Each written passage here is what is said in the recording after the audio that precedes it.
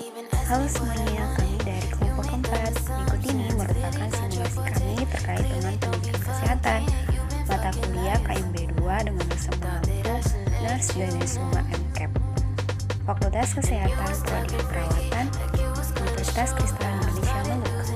Gangguan sistem endokrin tiroiditis. Selamat siang ibu-ibu, shalom. Baik, perkenalkan, nama saya Kristina Dinamai, mahasiswa dari Universitas Kristen Indonesia Maluku.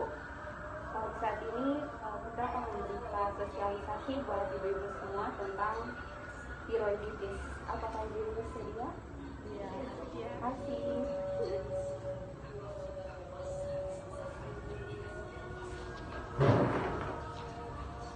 Ya ibu-ibu, baik, di taman ibu ada brosur yang bisa ibu lihat di situ. Jadi tiroiditis sendiri merupakan peradangan yang terjadi pada kelenjar tiroid. Hal ini di mana kelenjar tiroid tersebut mengalami kebocoran dan keluar dari ada hormon yang keluar dari kelenjar tersebut. Jadi pada saat keluarnya hormon tersebut terjadi peningkatan kadar hormon dalam darah, hingga hal ini akan berlangsung selama 1 sampai 2 bulan. Agak lama ya. Untuk klasifikasinya di situ ibu-ibu bisa lihat ada 3. Di situ yang pertama itu ada tiroiditis akut, kemudian ada tiroiditis akut, dan yang ketiga tiroiditis kronis. Bapak ibu bisa baca. Di situ yang pertama itu disebabkan oleh infeksi bakteri, jamur, dan bakteri atau parasit pada kelenjar tiroid.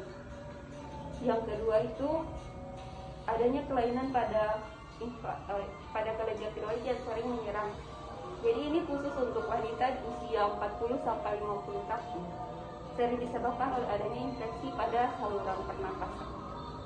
Dan yang ketiga ini yang sangat terkenal, yaitu tiroiditis kronis atau dikenal dengan tiroiditis Hashimoto.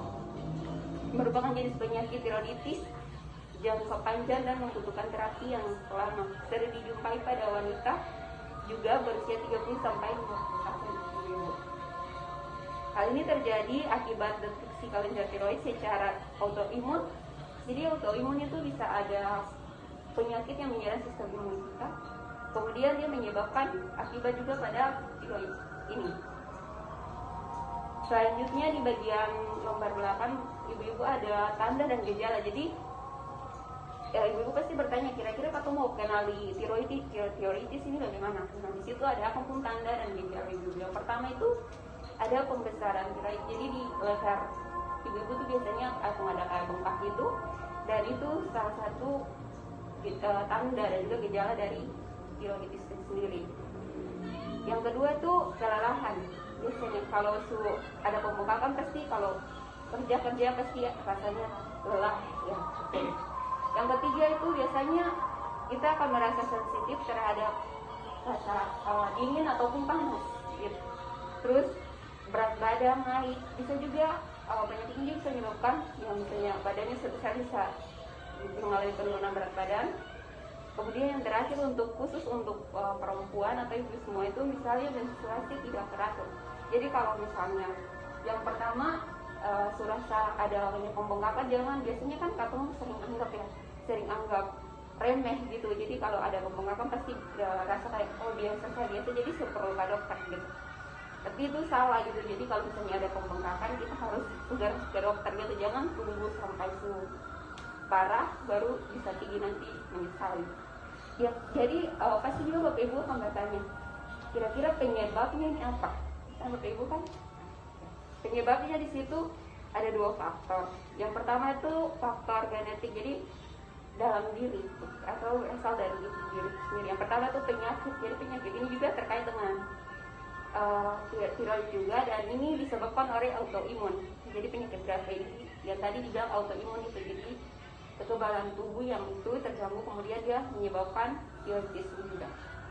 Terus yang kedua itu faktor lingkungan, misalnya di situ infeksium, dan yang berlebihan dapat menyebabkan reaktivitas dari imun tiroidin. Dan yang berikutnya itu perilaku hidup misalnya, atau mungkin bapak-bapak atau di sini ibu-ibu punya saudara-saudara laki yang merokok, riwayat penggunaan obat-obatan seperti lithium, kemudian ada interferon. Biasanya juga khusus untuk faktor penyebabnya itu misalnya di merokok. Seringkali itu orang-orang beranggapan bahwa merokok itu hal yang biasa. Jadi kalau misalnya merokok 1-2 kali dia biasa, padahal kalau untuk penyakit ini sendiri itu akibatnya sangat fatal ya, khusus bagi orang yang sering merokok. Yang terkenal dampak dari asap rokok saja berbahaya, apalagi yang sering kali merokok. Seperti itu. Kemudian mungkin di sini ada ibu-ibu yang tahu kira-kira bagaimana cara Katong supaya mencegah tiroiditis. Bisa disebutkan Kak? Kalau salah tidak mengapa.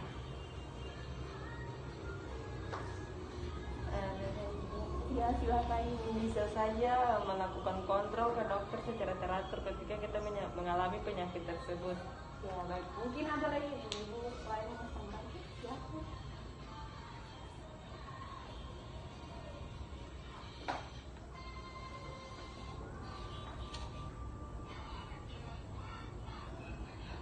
Ya mungkin dengan sering menjaga kebersihan diri dan juga lingkungan sekitar.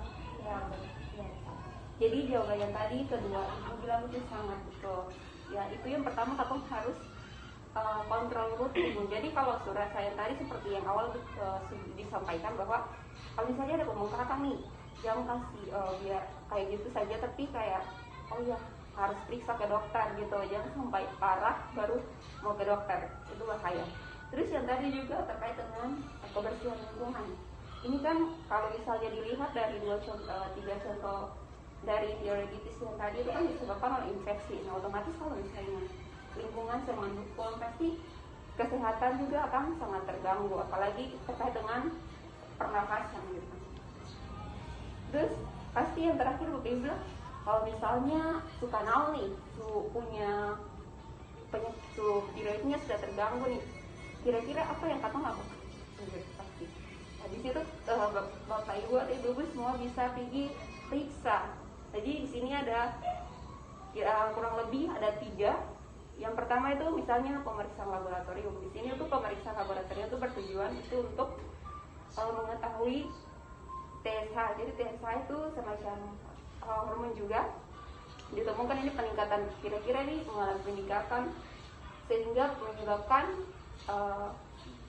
tiroiditis ini sendiri. Kemudian yang kedua itu misalnya pemeriksaan radiologi atau USG.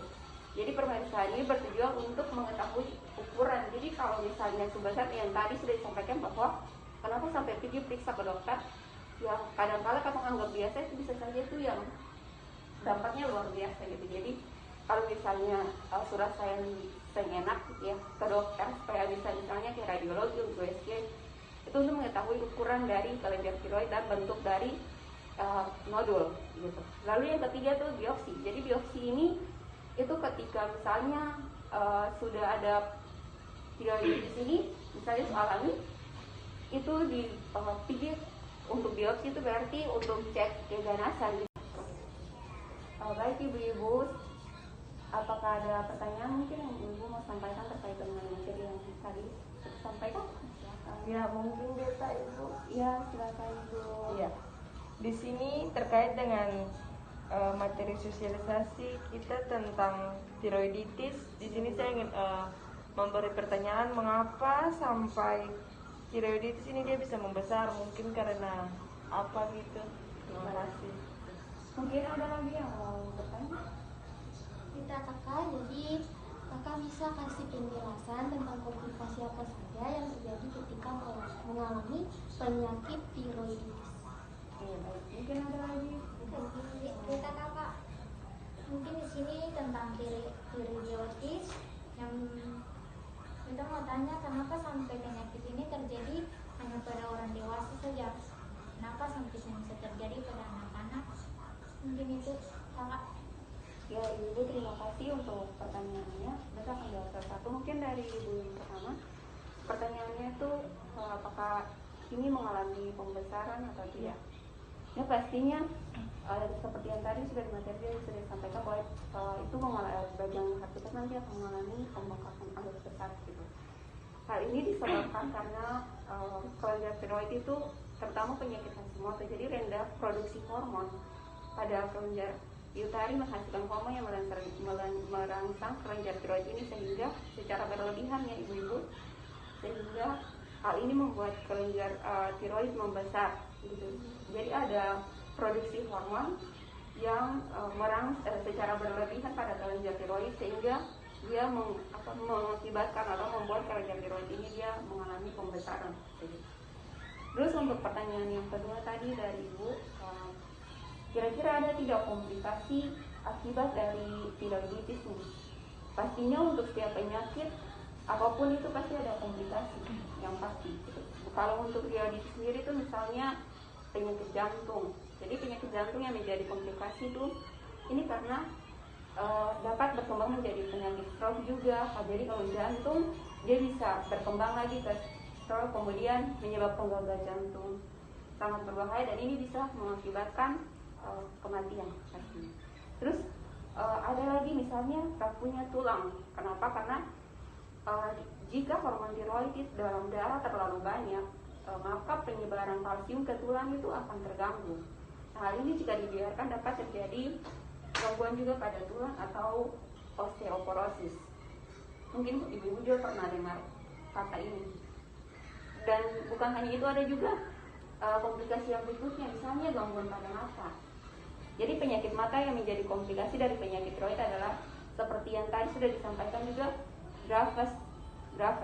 Jadi terkait juga yang berujung pada hilangnya penglihatan secara permanen. Ini yang sangat berbahaya ibu-ibu. Jadi komplikasi salah satu ini memang sangat berbahaya. Selain tadi gagal jantung yang bisa kematian juga, yang kedua gangguan pada mata yang bisa mengakibatkan kehilangan penglihatan secara permanen. Jadi artinya buta selamanya gitu. Terus yang ketiga misalnya ada pembengkakan dan kemerahan pada kulit. Sama halnya dengan gangguan pada mata, pembengkakan dan kemerahan kulit merupakan dampak dari grafes. Tadi yang sudah dijelaskan pada jenis-jenis dari tiroiditis sendiri.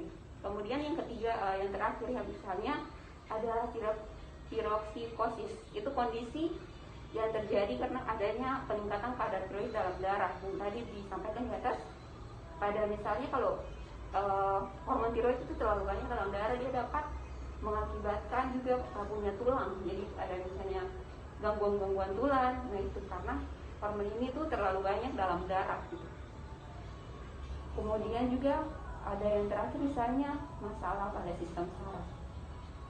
Seperti yang Bapak Ibu sama atau Ibu-ibu sama tahu dan itu sudah ketahui bahwa kalau ini sakit di dalam tubuh kita nih ada sekali banyak saraf gitu. Jadi kalau misalnya satu terganggu pasti otomatis dia mempengaruhi semua. Jadi seluruh tubuh kita tuh bisa berdampak. Nah, masalah pada saraf salah satunya itu merupakan salah satu komplikasi penyakit tiroid yang ditandai dengan kesulitan berjalan. Kemudian ada suara serak, kesulitan bernapas, nyeri di tangan dan kaki saat kondisi. Dan saat kondisi ini sudah parah Bapak Ibu, penyakit ini akan berlanjut menjadi sindrom. Nah, ini mulai dari Bapak Ibu bisa lihat dari yang ringan dia beralih ke yang lebih berat, ya betul. Dan selain itu juga pastinya yang tadi ada pada ibu-ibu lebih banyak kan tiroiditis. Nah ini di salah satunya di sini tuh misalnya gangguan kehamilan. Jadi saat penyakit tiroid itu dialami oleh ibu hamil misalnya, maka mereka akan beresiko mengalami sejumlah masalah kehamilan gitu. Jadi misalnya bayinya lahir prematur, bahkan pada saat keguguran. Itu beberapa komplikasi dari tiroiditis ini sendiri. Dan kemudian masalah terkait dengan pertanyaan ibu yang terakhir, yaitu apakah tiroiditis ini dia hanya terjadi untuk anak-anak saja, orang tua saja atau orang dewasa saja ataukah anak-anak lagi?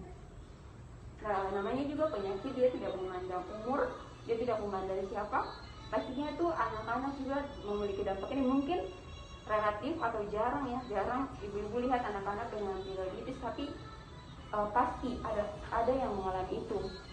Namun selaku misalnya ibu-ibu atau orang tua bisa mencegah dengan yang tadi sudah disampaikan. Misalnya kalau misalnya ada masalah gangguan yang terkait dengan seperti yang tadi sampaikan tiroiditis, bisa langsung dicek ke dokter, apalagi pada anak-anak dengan kondisi yang kita semua ketahui bahwa memiliki sistem imun yang sangat rendah. Jadi itu adalah hal-hal yang bisa ibu-ibu lakukan, terutama untuk pertanyaan yang ketiga dan juga komplikasi yang bisa ibu-ibu ketahui dari penyakit tiroiditis ini, serta yang tadi juga apakah tiroiditis ini mengalami pembengkakan atau tidak. Nah, pastinya semuanya ada. Dan yang ketiga itu pastinya dari kecil untuk kita selaku orang tua sudah harus melihat kondisi anak itu dengan baik, apalagi untuk segala penyakit itu dipengaruhi oleh lingkungan. Dan yang pastinya juga lingkungan pergaulan sangat mempengaruhi, apalagi dengan kebiasaan-kebiasaan tadi yang sudah disampaikan juga, misalnya kebiasaan merokok. Karena kan misalnya kita di rumah, anak kita keluar, kita tidak tahu dia bergaul atau kerana pertemanannya seperti apa. Jadi hal-hal ini adalah salah satu cara yang penting diperhatikan sehingga masalah-masalah kesehatan seperti tiroiditis ataupun bukan tiroiditis saja atau masalah kesehatan lainnya itu tidak terjadi pada keluarga. Apakah Ibu sudah puas dengan yang saya berikan berkaitan dengan pertanyaan ini? Iya Ibu, paham. Baik, pertama-tama saya ingin mengucapkan terima kasih untuk kesempatan yang sudah Ibu berikan kepada saya untuk memberikan materinya. Semoga materinya dapat bermanfaat untuk ibu-ibu dan juga keluarga Ibu. Terima kasih. Sehat itu mahal. Oleh sebab itu, Mencegah lebih baik daripada mengobati. I get dirty thoughts about you. They get worse when I'm without you. Does that mean that I'm going to hell? Or are you thinking them as well? Whoa. When I'm lonely, all the corners of my mind start racing. Things that should be kept in the basement. Spend my time trying to erase them.